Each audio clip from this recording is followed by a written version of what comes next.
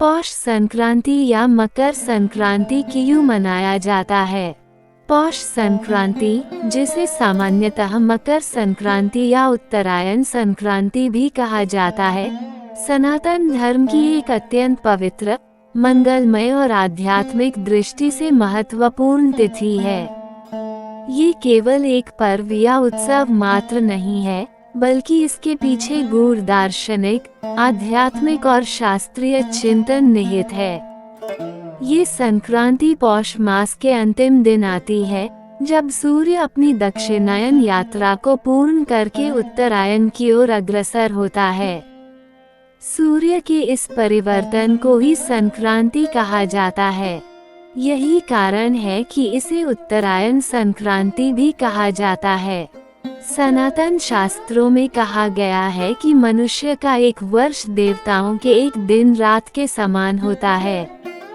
अर्थात मनुष्यों के 6 महीने उत्तरायण देवताओं की दिनावस्था और 6 महीने दक्षिणायन उनकी रात्रि के समान माने जाते हैं। जिस प्रकार मनुष्य रात्रि में अपने घरों के द्वार, खिड़कियां और मुख्य फाटक बंद करके विश्राम करता है, उसी प्रकार देवगण भी दक्षिणायन के काल में विश्राम अवस्था में होते हैं। इस समय को देवताओं की रात्रि कहा गया है। शास्त्रों की मान्यता के अनुसार दक्षिणायन में देवलोक के द्वार मानो बंद रहते हैं और उस समय बाह्य प्रविष्टि का अवसर नहीं होता।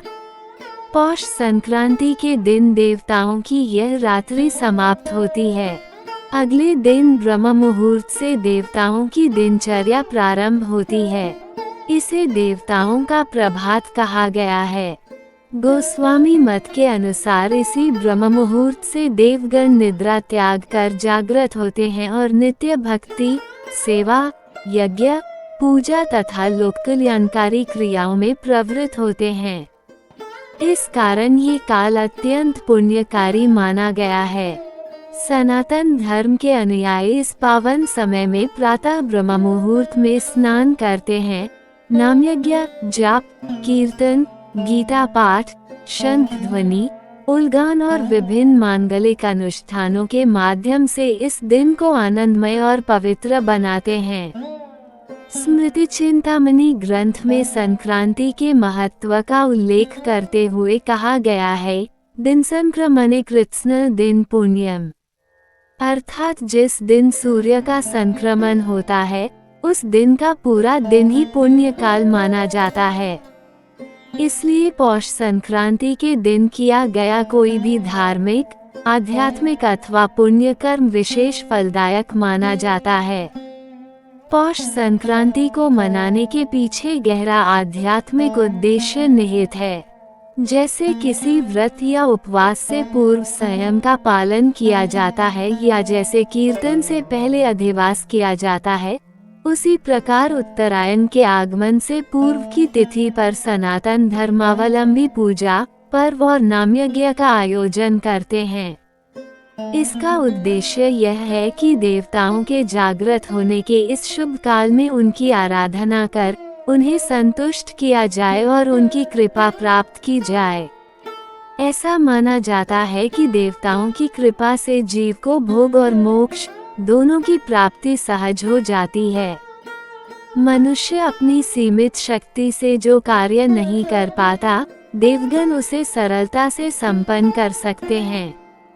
इसी भाव से उत्तरायण के शुभ क्षण में जब देवगण पुनर्तः जागृत होते हैं, ब्रह्म मुहूर्त में स्नान समापन के पश्चात आहनिक कर्म करके पुष्प, तुलसी और प्रसाद अर्पण के द्वारा यज्ञ, पूजा, प्रार्थना और अतिथि सेवा की जाती है।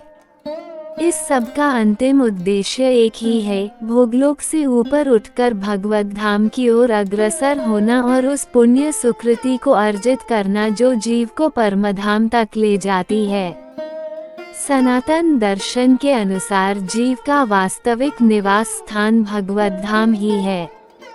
वही जीव का शाश्वत, आनंदमय और सत्य स्वरूप का स्थान है। भगवत धाम में अनंत सौंदर्य, अनंत माधुर्य और अनंत आनंद विद्यमान है, जिसका आस्वादन केवल वही भक्त कर पाते हैं जो शुद्ध भक्ति और पुण्य संस्कारों से युक्त होते हैं। इसी सुकृति की प्राप्ति के लिए ऋषियों ने उत्तरायण के पूर्व काल को विशेष महत्व दिया है। यह माना जाता है कि इस समय देवगण शुद्ध और निर्मल भाव में होते हैं, इसलिए इस काल में की गई प्रार्थना शीघ्र फल प्रदान करती है और देवताओं की करुणा सरलता से प्राप्त होती है। दक्षिणायन की अपेक्षा उत्तरायण में किया गया पूजा पाठ अधिक फलदायी माना गया है, क्योंकि देवताओं की निद्रावस्था की तुलना में उनकी जागृत अवस्था में की गई आराधना अधिक प्रभावी होती है। इसी कारण उत्तरायण संक्रांति का महत्व अत्यधिक बढ़ जाता है। उत्तरायण संक्रांति का एक अत्यंत महत्वपूर्ण ऐतिहासिक और आध्यात्मिक संदर्भ महाभारत से भी जुड़ा हुआ है। कौरवों और पांडवों के बीच हुए कुरुक्षेत्र के युद्ध में विश्वविख्यात वीर, महाप्राज्ञ, जितेंद्रिय और सर्वत्यागी महापुरुष भीष्म पितामह का महाप्रयाण इसी उत्तरायण से संबंधित है। भीष्म पितामह महाभारत युद्ध में कौरव पक्ष के प्रमुख सेनापति थे और उन्होंने अपने अपराजेय पराक्रम से युद्ध के 10वें दिन तक पांडवों को रोके रखा। युद्ध के 10वें दिन सूर्यास्त से कुछ पूर्व अर्जुन के तीक्ष्ण बाणों से आहत होकर भीष्म पितामह रथ से भूमि पर गिर पड़े, किंतु उन्होंने पृथ्वी का स्पर्श नहीं किया, बल्कि बाणों की तीक्ष्ण शैया पर लेट गए। उन्हें इच्छा मृत्यु का वरदान प्राप्त था, इसलिए उन्होंने तत्काल प्राण त्याग नहीं किया। उन्होंने शरीर त्याग के लिए उत्तरायण की प्रतीक्षा की। लगभग 18 दिनों तक वे शरशैया पर लेटे रहे और अंततः पौष संक्रांति के दिन योग बल द्वारा शरीर का त्याग किया।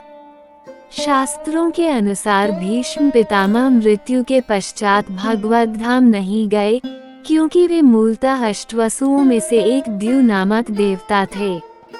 महर्षि वशिष्ठ के शापवश उन्हें पृथ्वी पर मानव रूप में जन्म लेना पड़ा और जीवन भर ब्रह्मचर्य तथा कठोर धर्म पालन करते हुए उन्होंने अपने कर्मों का भोग किया।